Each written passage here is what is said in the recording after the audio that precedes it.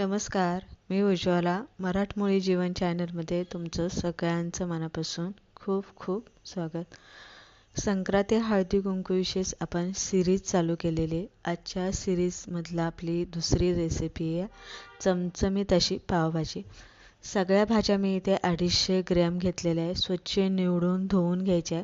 250 gram flower, 250 gram Shimla मिरची, 250 gram बटाटा, 250 gram मटार घेतलेले आणि 250 ग्रॅम गाजर घेतलेले. सगळ्यांचं प्रमाण मी फक्त 250 ग्रॅम एवढंच घेतलेलं आहे.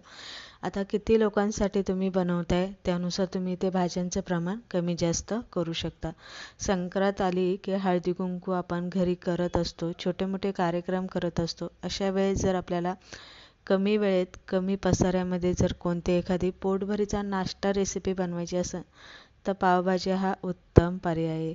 हिवाळा चालू झालेला आहे आणि फळभाज्या पालेभाज्यासुद्धा बाजारामध्ये अगदी पटकनी ताज्या फ्रेश भेटतात. त्यामुळे तुम्ही इथे पावभाजीचा सुद्धा बेत इथे आखू शकता. कुकरमध्ये भाज्या घालायचं आहे. थोडंसं 1 चमचा मीठ, 1 चमचा बेडगीचं लाल तिखट, 1 चमचा तेल आणि पुरेसं भाज्या शिजण्या इतके पाणी घालून कुकरला अगदी 5-6 शिट्ट्या घेऊन गळेपर्यंत भाज्या इथे शिजवून घ्यायच्या.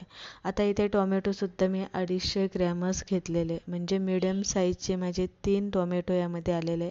आलं लसूण घालून आणि टोमॅटोची इथे पेस्ट करून घ्यायची. 250 ग्रॅम म्हणजे 3 कांद्यांचा मी इथे बारीक कांदा चिरून घेतलेला आहे. 250 ग्रॅम एवढाच कांदा मी इथे घेतलेला आहे. साधारणतः मिडियम साईजचे 3 कांदे यामध्ये बसलेले. त्यानंतर मोठ्या 2-3 पळ्या तेल घालायचं आहे. त्यामध्ये बारीक चिरलेला कांदा चांगला लालसर होईपर्यंत परतून घ्यायचा आहे. कांदा परतला की मग आपल्याला यामध्ये मसाले घालायचे. आता बेसिकचे मसाले बेडगीचं लाल तिखट घातलेले, हळद घातलेलं आहे, हिंग घातलेला आहे, कांदा लसूण मसाला घातलेला आहे, साठवणीचा जो मसाला असतो खडा मसाला तो घातलेला आहे. प्रत्येकी 1-1 चमचा ते मसाले घातलेले आणि 2 चमचे पावभाजीचा मसाला घालून व्यवस्थित हलवून घ्यायचं. झाकण ठेवून चांगला मसाला शिजवून घ्यायचा. तोपर्यंत भाज्या पण आपल्या इथे चांगल्या मऊ शिजल्या गेलेल्या आहे. कुकर पूर्ण गार झाला की मग आपल्याला भाज्यांचा इथे गरगट करून घ्यायचा आहे. मॅचरच्या सहाय्याने भाज्या पूर्ण आपल्याला इथे फोडून बारीक करून घ्यायचा आहे. गरगट चांगला करून घ्यायचा आहे. तोपर्यंत आपल्या तेल सुटेपर्यंत मसालासुद्धा चांगला परतला गेला असेल. तर इथे बघू शकताय छान भाज्या शिजल्या गेलेल्या आहे. आता इथे मसाल्याला कलर तुम्ही बघू शकता जबरदस्त. पावभाजीचा कलर अगदी मसाल्यासारखाच आला पाहिजे. त्यासाठी तुम्हाला बेडगीचं लाल तिखट यामध्ये वापरायचे. बाकी कलर वगैरे फूड कलर वगैरे किंवा बीट वगैरे नसेल तुमच्याकडं तरी बेडगीचं लाल तिखट तेलामध्ये घालायचं, म्हणजे पावभाजीला कलर चांगला असा लालसर येतो. गरगट करून घेतलेल्या भाज्या घातलेल्या, मीठ घातलेले, चवीप्रमाणे मीठ, पाणी घाला आणि भाजी जास्त पातळ करू नका. तर बरोबर अशी जरासा घट्टसर ठेवा.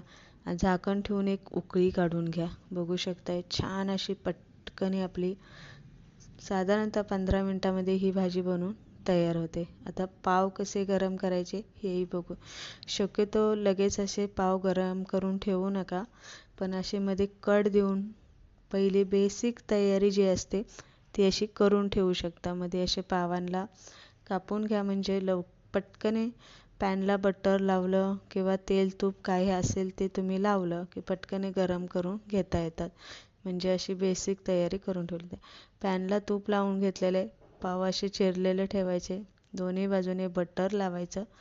नंतर जर तुम्हाला बेडगीचं लाल तिखट आणि पावभाजी मसाला मिक्स करून यावरती बुरबुरायचा असेल तर तो बुरबुरा, नाहीतर थोडीशी अशी भाजी घ्या आणि भाजी पावाला लावून घ्या. कोथिंबीर घाला आणि दोन्ही बाजूने चांगले जरासा कडक होईपर्यंत मोठ्या गॅसवरती शेकवून घ्या. तर या पद्धतीने आपण छान असा जरासा कडक होईपर्यंत पाव इथे आपण शेकून घेतलेला आहे. दोन्ही बाजूने भाज्या मस्त कोथिंबीर अशी लावून घेतलेली. तर हा झाला आपला पावभाजीचा मसाला पाव बनून तयार झालेला आहे.